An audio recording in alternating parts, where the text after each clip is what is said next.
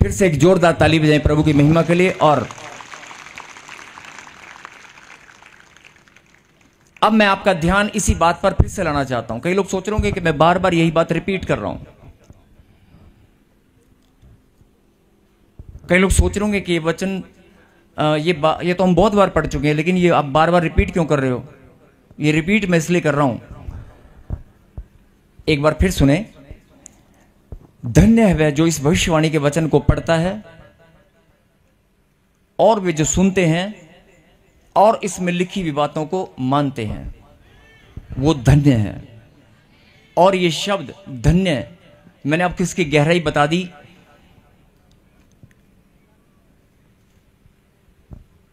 इसकी गहराई मैंने आपको बता दी कि वो धन्य शब्द परमेश्वर ने यहां पर लिखा है अपने प्रकाशन के द्वारा।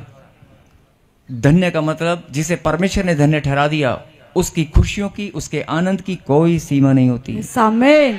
किसी और के पास खुशियां हो या ना हो, तेरे पास दुनिया की सबसे ज्यादा खुशियां होंगी। आमीन। किसी और के पास आनंद, लेकिन तेरे पास दुनिया का सबसे बड़ा आनंद होगा। बोला आमीन। आमीन। जो तू बहुत साल से ढूंढ रहा है, बहुत साल से खोज रहा है, परमेश्वर का आत्मा मुझे बोल रहा है, सुन ले मेरी बेटी, सुन ले मेरे बेटे, तुझे आज अभी यहीं बैठे बैठे मैं देने वाला हूं। बोला आमीन। आमीन।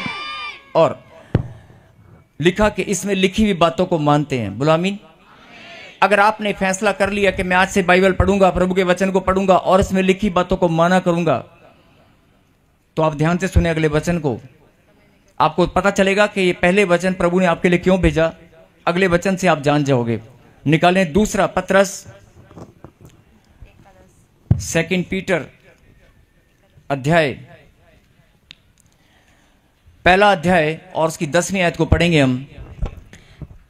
इस कारण हे भाइयों, अपने बुलाए जाने और चुन लिए जाने को सिद्ध करने की भली भांति यत्न करते जाओ, क्योंकि यदि ऐसा करोगे तो कभी भी ठोकर ना खाओगे।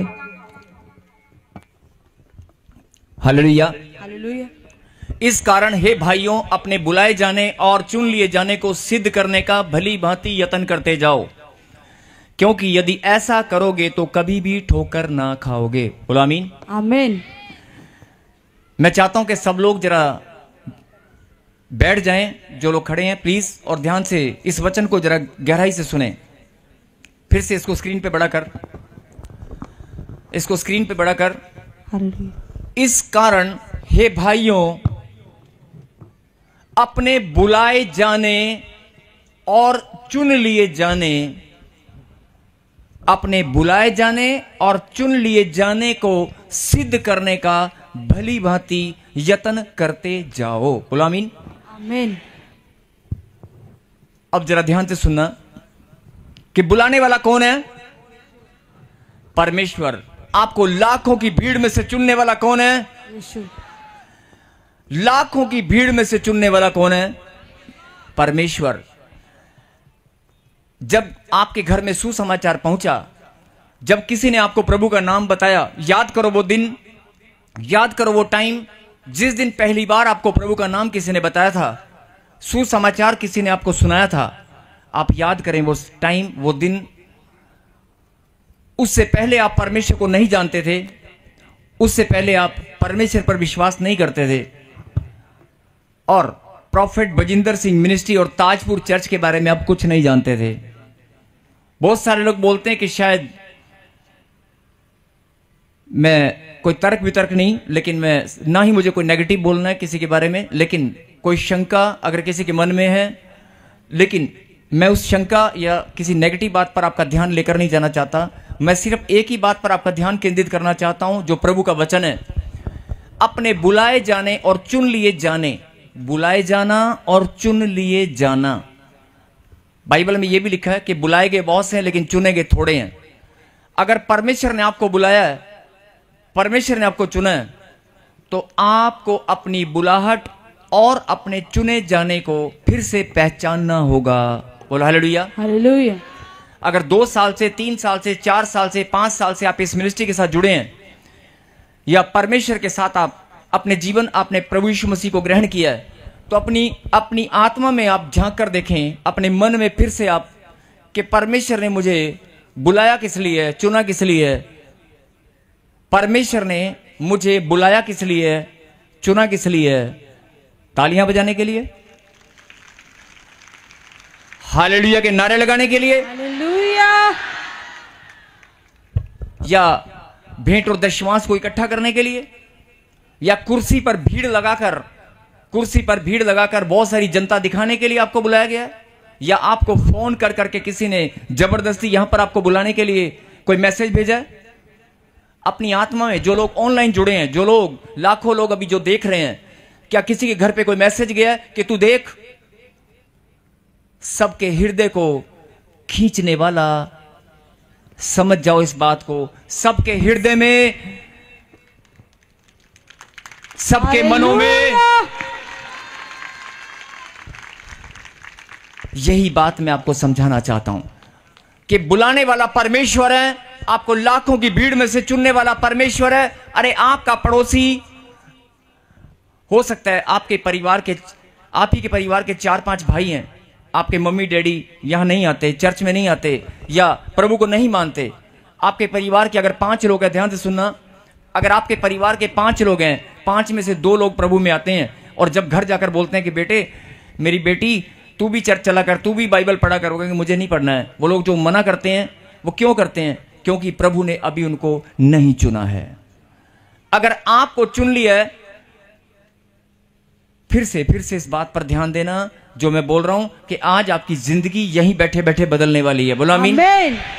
क्योंकि इंसान क्या करता है कि मेरे जीवन में दुख और तकलीफ है, जब मैं वचन पढ़ूंगा, जब मैं प्रभु के पास जाऊंगा, जब मैं चर्च में जाऊंगा, तो मेरी जिंदगी वहां गवाही बनती है, वहां मेरी भी गवाही बनेगी। ऐसी उम्मीद लेकर आप आते हैं, वो बिल्कुल सही है, आप आए।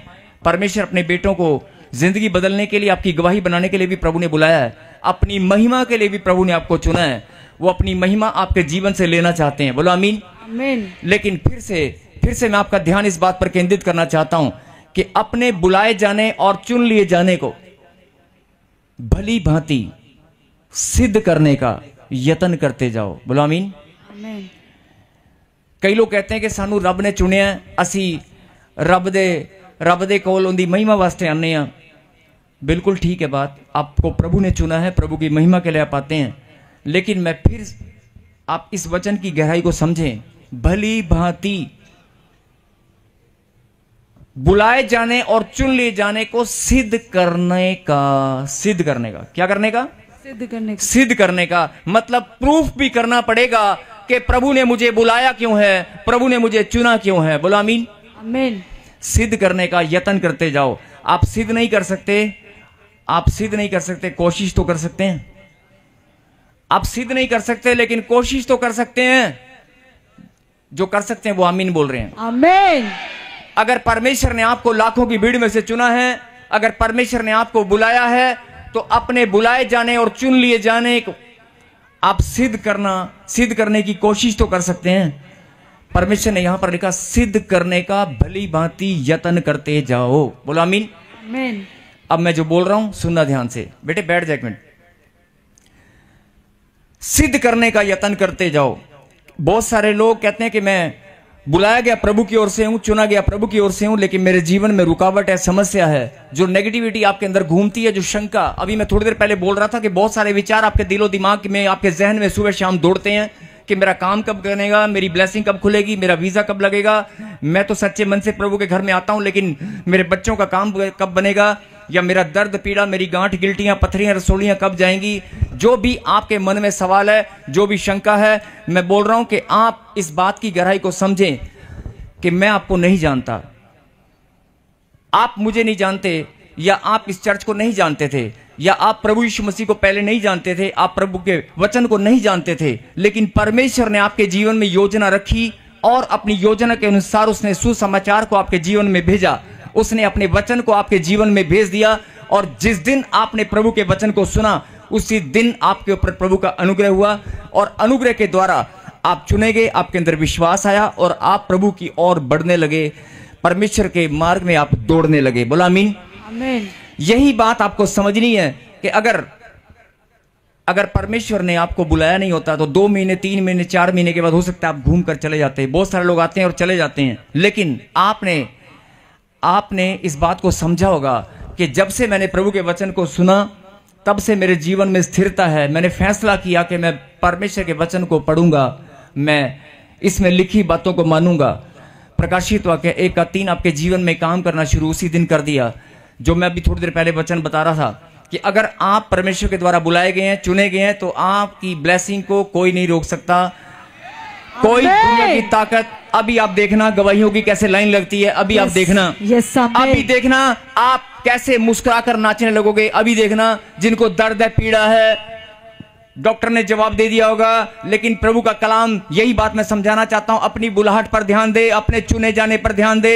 अभी आपने गवाही सुना कि 15-20 साल से कोई बच्ची थी जो बोल रही थी कि मुझे बच्चा नहीं है, लेकिन जैसे ही, ध्यान से सुनना, अभी एक उदाहरण दे रहा हूं कि एक बहन बोल रही थी कि 20 साल से मुझे बच्चा नहीं है या 15 साल से बेबी नहीं है, लेकिन वो गवाही बोल रही है कि मैं 5 महीने की प्रेग्नेंट हूं।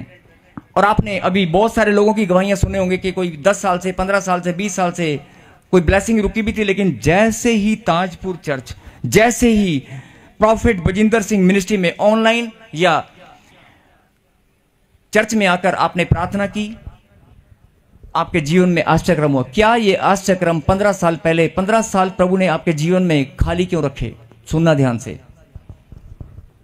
15 साल अगर किसी की बहन में ब्लेसिंग नहीं थी, वो 15 साल बाद चर्च में आने से कैसे आशीष मिली?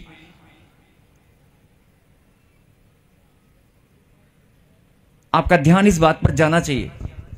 चर्च बहुत हैं, प्रभु के दास लोग बहुत हैं जो दिन रात सेवा करने पर लगे हुए हैं, लेकिन ये परमेश्वर की इच्छा है कि किस भेड़ को, किस आत्मा को उसने चुनकर कहां पर लेकर आना है, ये उस खुदावन की मर्जी है। बोलो हालेलुया, हालेलुया। ये लाखों की भीड़ हिंदुस्तान के कोने कोने से ऐसे नहीं आती, ये लाखों की भीड़ हिंदुस्तान के कोने कोने से, देश विदेश से लोग यहां पर ऐसे नहीं आते हैं। ये परमेश्वर के द्वारा बुलाए गए हैं, परमेश्वर के द्वारा चुने गए हैं। अगर आपकी आत्मा इस बात की गवाही देती है कि मैं परमेश्वर के द्वारा बुलाया गया हूं, मैं परमेश्वर के द्वारा चुना गया हूं, तो ऊंची आवाज से कहें हालेलुया, हालेलुया। अरे बुलाने वाला परमेश्वर है, यस आमीन। आपको चुनकर यहां पर लाने वाला, आपको आपके जीवन में अपने वचन को डालने वाला, भेजने वाला, आपकी जिंदगी बदलने वाला वो परमेश्वर है, यस आमीन। वो जिंदा खुदा है। बोलो हालेलुया, हालेलुया। यही बात समझने वाली है। जो लोग बोल रहे हैं कि मेरे जीवन में काम नहीं हुआ, जो लोग बोल रहे हैं, मैं किसी चर्च की या किसी प्रभु के दास की निंदा बुराई नहीं करना चाहता हूं, मैं सिर्फ यही बताना चाहता हूं कि जो भेड़ें जिस चर्च में भी, हिंदुस्तान में बहुत सारी चर्च हैं, देश विदेश में बहुत सारी चर्चें हैं, बहुत सारे चमत्कार सब चर्चों में होते हैं, बहुत सारे आश्चर्यक्रम जगह जगह पर, बहुत सारे प्रभु के दास लोग दिन रात सेवा करने पर लगे हुए हैं। परमेश्वर उनको और ज्यादा बढ़ाए। बोलो आमीन। परमेश्वर उनको और ज्यादा तरक्की दे, उनकी चर्च और ज्यादा बढ़ने लगे, वो खुदाबन का काम कर रहे हैं। मैं चाहता हूं कि हर एक दास और ज्यादा बढ़ने लगे। बोलो आमीन, आमीन। और जाओ, जो भेड़े वहां पर जाती हैं उनको भी भेजने वाला परमेश्वर है। बोलो आमीन, आमीन। चाहे वो चर्च किसी भी शहर में, किसी भी गांव में क्यों ना हो, लेकिन आपको ये बात समझनी होगी कि प्रॉफिट बजिंदर सिंह मिनिस्ट्री में, ताजपुर चर्च में या चंडीगढ़ चर्च में अगर आप आते हैं तो आपको बुलाने वाला परमेश्वर है। यस आमीन। आंधी हो, तूफान हो, बारिश हो, चाहे परिस्थिति कैसी भी हो, आप, बहुत सारे लोगों के पास किराया भी नहीं होता था, लेकिन फिर भी अपने कदमों को अगर आप निकालते हैं तो कोई चीज है, कोई सामर्थ है खुदा की जो आपको बल देती है। बहुत सारे लोग ऐसा सोचते हैं कि यार 4 संडे है ना, चलो यार एक संडे मिस कर देते हैं, एक संडे में मिस कर देता हूं। बहुत सारे लोग ऐसा सोचते हैं कि मैं 3 संडे जाऊंगा, इस संडे नहीं जाऊंगा, लेकिन कोई चीज है नहीं। जब आप रुकने की भी सोचते हैं, आपके किराया नहीं होता या कोई प्रॉब्लम आ जाती है, फिर भी कोई चीज है जो आपको खींच कर यहां पर लाती है। बोल हालेलुया, हालेलुया, बोल हालेलुया, हालेलुया। आपको ये बात समझ में आ रही है? अरे 4 साल से, 3 साल से, 10 साल से, 15 साल से परमेश्वर ने आपको जोड़ के रखा है। परमेश्वर ने आपके जीवन में उसकी तरफ मत देखें, इधर देखें मेरी तरफ। जो मैं बोल रहा हूं ये प्रभु के वचन को आप ध्यान से सुने। 10 साल से, 15 साल से अगर आप प्रभु का नाम लेते हैं, अगर परमेश्वर का नाम आप 15 साल से लगातार ले रहे हैं, 20 साल से, तो किसी रिश्तेदार ने आपको नहीं बोला है, किसी पड़ोसी ने नहीं बोला है, उस खुदाबंद की योजना है। और जिसके ऊपर प्रभु का अनुग्रह होता है, जिसके ऊपर प्रभु की योजना होती है, उसे कोई दुनिया की ताकत नहीं रोक सकती। आपको प्रभु का नाम लेने से कोई नहीं रोक सकता, आपको विश्वास करने से कोई नहीं रोक सकता। आमीन। लेकिन ये बड़ा भेद मैं आपको बताना चाहता हूं कि अगर आपके जीवन में ब्लेसिंग नहीं है, अगर आप अभी भी कहीं कोई आपके जीवन में रुकावट है, तो परमेश्वर का आत्मा मुझे बोल रहा है कि सुन ले मेरी बेटी, सुन ले मेरे बेटे, सिर्फ अपनी बुलाहट पर ध्यान दे। 3 साल पहले, 4 साल पहले, 3 महीने पहले जब मैंने तुझे चुना, जब मैंने तुझ पर अनुग्रह किया, वो दिन वो घड़ी याद कर जब मैंने तुझे बुलाया। और जब तू प्रॉफेट बजिंदर सिंह मिनिस्ट्री या ताजपुर चर्च में आने लगे, वो दिन याद करो। उससे पहले आप कहां जाते थे, कहां नहीं जाते थे, मैं उसकी बात नहीं कर रहा हूं। लेकिन जब से प्रभु ने आपको चुना है, अपने समय को जरा कैलकुलेट करना। 3 महीने, 3 साल, 4 साल, 5 साल, अरे आपको जोड़कर किसने रखा है? अरे आपको संभाल कर किसने रखा है? अरे आपकी आत्मा इस बात की गवाही देती है कि नहीं, परमेश्वर की महान योजना आपके जीवन में है कि नहीं? यस। अरे परमेश्वर के द्वारा आप चुने गए कि नहीं? यस। परमेश्वर ने आपके जीवन में बुलाहट को रखा है कि नहीं? यस। बहुत सारे लोग ऐसा बोलते हैं कि मेरे जीवन में परमेश्वर की बुलाहट है, और बहुत सारे लोग बोलते हैं मुझे सेवा करने की बुलाहट है, मेरी जो बुलाहट है वो गीत गाने की है, आराधना करने की है, मेरी बुलाहट मिनिस्ट्री करने की है। सबके जीवन में परमेश्वर ने एक बुलाहट को रखा है, लेकिन हर एक इंसान को अपनी बुलाहट को पहचानना होगा। बोलो आमीन। आमीन। हर एक इंसान को अपनी बुलाहट को पहचानना होगा। लेकिन सबसे बड़ी आत्मिक गलती, स्पिरिचुअल मिस्टेक लोग क्या करते हैं? प्रभु ने जो चुना है, प्रभु ने जो चुनकर अपने पास आने का मौका दिया है, परमेश्वर के समीप ऐसे कोई नहीं आ सकता। अगर परमेश्वर ने आपको अपने समीप आने का मौका दिया है, तो इसका क्या मतलब है? फिर से सोच कर देखें, लाखों की भीड़ में से प्रभु ने तुम्हें चुना और अपना अनुग्रह तुम्हारे ऊपर उड़ेल दिया। आमीन। और अपनी दया तुम्हारे ऊपर और बढ़ा दी। बोलो आमीन। आमीन। अरे बुलाने वाला, चुन कर लाने वाला वो परमेश्वर है। क्या तुझे अपनी बुलाहट समझ में आ रही है? यस। आ रही है? अब अगली बात पर ध्यान देना। अगर आपको कोई आपके घर में कोई शादी का, कोई किसी रिश्तेदार की शादी का बहुत प्यार है आपका उनके साथ, कोई चिट्ठी आ जाए, तो आप तैयारी शुरू करते हैं कि नहीं करते हैं? करते हैं ना? आप तैयारी शुरू करते हैं, कोट पैंट सिलवाएंगे, सुंदर साड़ी, कपड़े कुपड़े सब कुछ सिलवाएंगे नहीं, और सपना लेना शुरू कर देते हैं। ओए 2 दिन रह गए, 4 दिन रह गए, 3 दिन रह गए, बस शादी ब्याह ते जाना है। 4 पड़ोसियों को भी आप बताते हैं, मेरी भैन दी ना, मेरी मम्मी दी ना, मेरे उत्थे ना, मेरे पेके ना, मेरे उत्थे ना, साढ़े ना वो फलाने का ना ब्याह है, असी ब्याह ते जाना है, साढ़े घर का ध्यान रखिए, असी ब्याह से चले हैं। आप बोलते हैं ना ऐसे। मतलब आपको अंदर से कितनी खुशी होती है कि मेरी रिश्तेदारी में एक शादी है, और वो शादी ऐसी जगह पर है, किसी पहाड़ी एरिया में है, किसी ऐसे स्थान पर है जहां में घूमने का मौका मिल रहा है। आपके अंदर एक खुशी की लहर दौड़ने लगती है। हाँ जी, दौड़ने लगती है कि नहीं? यस। दौड़ने लगती है ना। और चाहे वो बर्थडे पार्टी हो, चाहे कोई फंक्शन है, चाहे कोई शादी है, ये एक स्वभाव है इंसान का कि जब कोई मौका हमें मिलता है, चाहे आप कितने भी काम में बिजी क्यों ना हो, लेकिन घर में डिस्कशन शुरू हो जाता है, तेरी वो कुर्ता आ गया, तेरे वो पैंट कमीज आ गई, ओ लियांदा है, ओ ने देता, ओ हो गया, ਤਿਆਰੀਆਂ शुरू हो ਜਾਂਦੀਆਂ ਨੇ, ਤੇ ਗੱਡੀ ਦਾ ਇੰਤਜ਼ਾਮ ਵੀ ਹੋ ਜਾਂਦਾ ਹੈ, ਸਾਰਾ ਕੁਝ ਹੋ ਜਾਂਦਾ ਹੈ। ਹੁੰਦਾ ਕਿ ਨਹੀਂ ਹੁੰਦਾ? ਹੁੰਦਾ ਨਾ। ਤੇ ਚਾਹ ਕਿੰਨਾ ਚੜਦਾ ਅੰਦਰੋਂ, ਨਹੀਂ ਅਸੀਂ ਜਾਣਾ है, ਅਸੀਂ ਉੱਥੇ ਜਾਣਾ है, ਅਸੀਂ ਉੱਥੇ ਜਾਣਾ है। 15 दिन 20 दिन पहले ही ऑटोमेटिकली चाव शुरू हो जाता है, नहीं हो जाता ना। और पैसे नहीं भी होंगे ना जाने के लिए, तो जुगाड़बाजी करने लग जाते हैं। भैन जी अब माड़े जे धार दे दो मैनू थोड़े, है ना, साढ़े घरे ब्याह है। और कई बहनें तो अच्छा इनके घर में शादी है ना, कोई बात नहीं, ये मुझे बड़ा चिढ़ा कर गई थी, मैं भी अपनी खास फ्रेंड के पास जाती, सुन अपनी सोने की चैन मुझे देगी 2 दिन उधार के लिए, मैं भी गले में पहन के दिखा के आऊंगी, मेरे पास भी है। अपने दोस्तों को फोन करते हैं, प्रैक्टिकल बात है, ध्यान से सुनना। अपने दोस्तों को फोन करते हैं, सुन साढ़े ना एक ऐसे रिश्तेदार की वहां शादी है, मैं गड्डी लेके जाना है, वो भी बड़े वाली, छोटे वाली नहीं लेके जानी। आप बोलते हैं कि नहीं? ऐसे इंसान का स्वभाव है ना। ध्यान से सुनना, आपको खुशी का चाव भी चढ़ता है और इंतजाम भी आप खुद करते हैं। अगर पैसे नहीं होंगे या कोई चीज आप करना चाहते हैं, तो आप उसका इंतजाम भी आप खुद करने लग जाते हैं। बोला हालेलुया। हाँ जी, करते हैं कि नहीं करते हैं ना। और उसके बाद जब आप शादी में पहुंच जाते हैं तो सबसे पहला काम आपका यही होता है कि वो उसको पता चलना चाहिए कि मैं और मेरा परिवार आया है, उसको पता चलना चाहिए कि मेरी हाजिरी यहां पर है, पता चलना चाहिए ना। और ऐसे ही जब कैमरामैन जहां भी आता है तो कैमरे के सामने ना आते ना, माड़ा जा कैमरे वाला ना इधर नु है, होता ना ऐसे, होता ना ऐसे।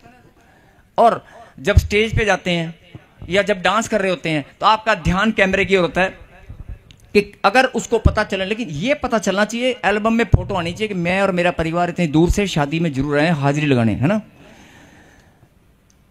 क्यों? क्योंकि उसने आपको न्योता भेजा था, इनविटेशन दिया था। अरे एक इंसान के इनविटेशन से आपको इतनी खुशी होती है, एक इंसान के इनविटेशन से आपको इतना सारा इंतजाम करने के लिए आप तैयारियां शुरू कर देते हैं। और यहां पर तो इनविटेशन आपको परम ईश्वर ने दिया है। सबको जय मसीह की। मैं जतिन बब्बर और आप देख रहे हैं मसीह परिवार चैनल। जैसे कि आप सब जानते हैं कि मैं इस चैनल पे प्रभु के अलग अलग दासों की वीडियोस डालता हूं, तो अगर आपको हमारा चैनल अच्छा लगता है तो आप इस चैनल को ज़्यादा से ज़्यादा सब्सक्राइब जरूर करें, ताकि आप प्रभु के वचन को सुन सके। वीडियोस को ज़्यादा से ज़्यादा शेयर करें ताकि जिन लोगों तक वचन नहीं पहुंचा उन तक भी वचन पहुंच सके। सबको जय मसीह की। एक बार मैं आपसे दोबारा कहूँगा कि इस चैनल को सब्सक्राइब जरूर करें और वीडियोस को ज़्यादा से ज़्यादा शेयर करें। जय मसीह की।